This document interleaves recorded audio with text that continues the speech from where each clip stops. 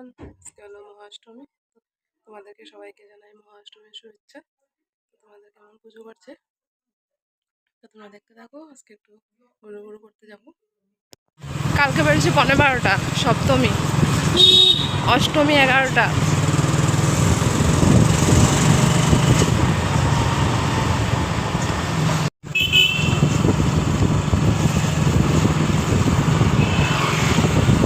বন্ধ করে নিচ্ছি নাকি?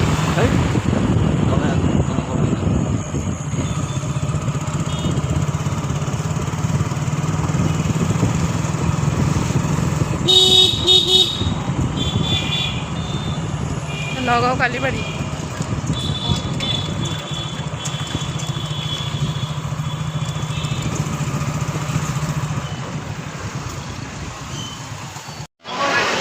আমাদের নগাঁও কালীবাড়ি।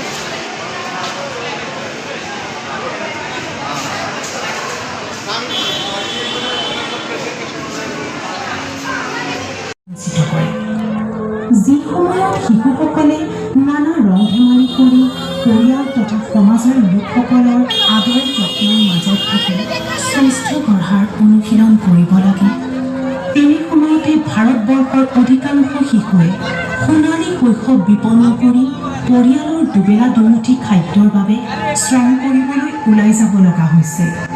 ফলস্বৰূপে শিশুসকল শিক্ষা লাভৰ পৰা বঞ্চিত হোৱাৰ লগতে শাৰীৰিক আৰু মানসিকভাৱেও ক্ষতিগ্ৰস্ত হৈছে। বৰ্তমান ভাৰতবৰ্ষৰ বিভিন্ন উদ্যোগ প্ৰধানকৈ শিশু শ্ৰমিকৰ জৰিয়তে পৰিচালিত হৈ আছে।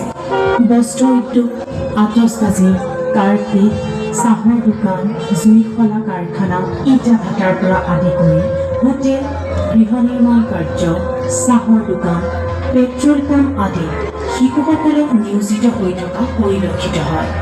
বৰ্তমান ভাৰতবৰ্ষত উদ্যোগ প্ৰতিষ্ঠানৰ সংখ্যা বৃদ্ধি হোৱাৰ লগে লগে শিশু শ্ৰমিকৰ সংখ্যাও বৃদ্ধি হৈছে। তাৰোপৰি ভাৰতবৰ্ষত শিশু শ্ৰমিকৰ সংখ্যা বৃদ্ধি হোৱাৰ প্ৰধান কাৰণ হ'ল দৰিদ্ৰতা। ভাৰতবৰ্ষৰ অধিকাংশ লোকে দৰিদ্ৰ সীমাৰেখাৰ তলত বাস কৰে।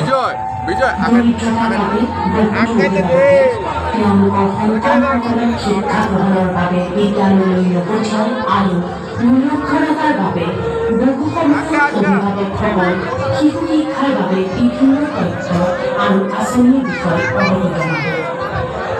শিক্ষাৰ অভাৱ আৰু তেওঁলোকৰ মাজত নিজৰ অধিকাৰৰ প্ৰতি সজাগতাৰ অভাৱে শিশু শ্ৰমিকসকলক উৎসাহিত কৰে।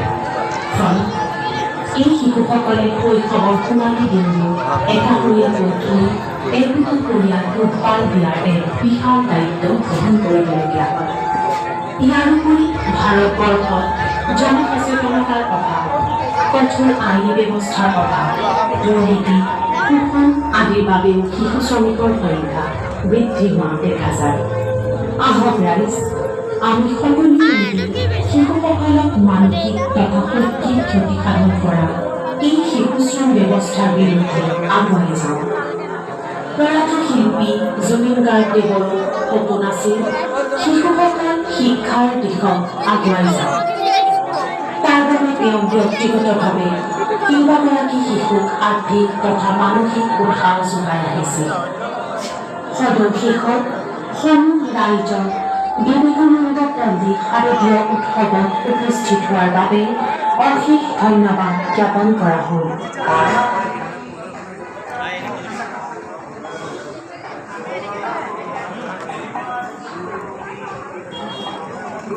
পুতুৰি